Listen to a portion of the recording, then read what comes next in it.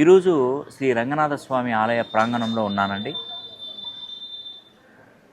ఈ యొక్క రంగనాథ స్వామి ఆలయము మహిమలు గొప్పవి. ముఖ్యంగా తులారాశి వారు తప్పకుండా శ్రీ రంగనాథ స్వామి ఆలయాన్ని దర్శించుకున్న ఎడల చాలా మేలు జరుగుతుంది మీకు.